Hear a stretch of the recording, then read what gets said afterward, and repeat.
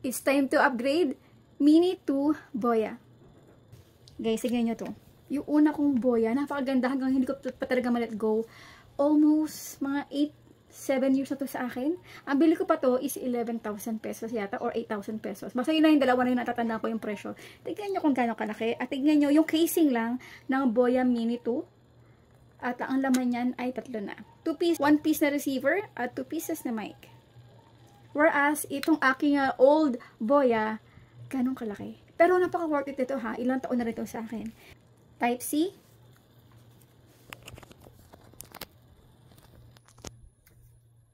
Test mic. Test mic. Ayun na pala.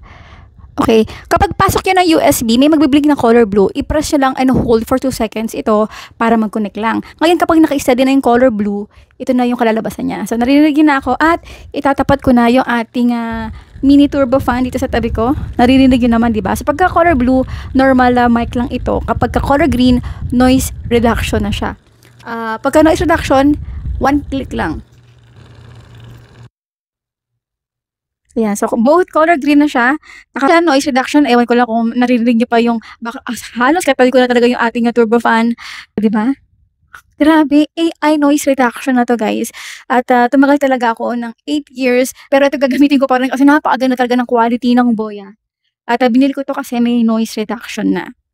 So, ang ko dito kapag double click mo siya, yung hindi ka nalalapit pa sa camera para i-stop. Siya na mismo ang mag-i-stop para sa'yo. O, di ba? Ang ganda. So, kung gusto mo magkaroon nito, ilalagay ko na rin yung link sa ating comment box section or dito sa ating screen. Bye! Ay, nga pala, kapag ka naubos na ito yung battery niya, ito naman, di ba? O, pwede yung... So, di na ako mangangamba na i-charge ito kasi ubos na kasi isa lang ako eh. So, isa lang nito is 8,000 to 11,000 pesos. O, di ba?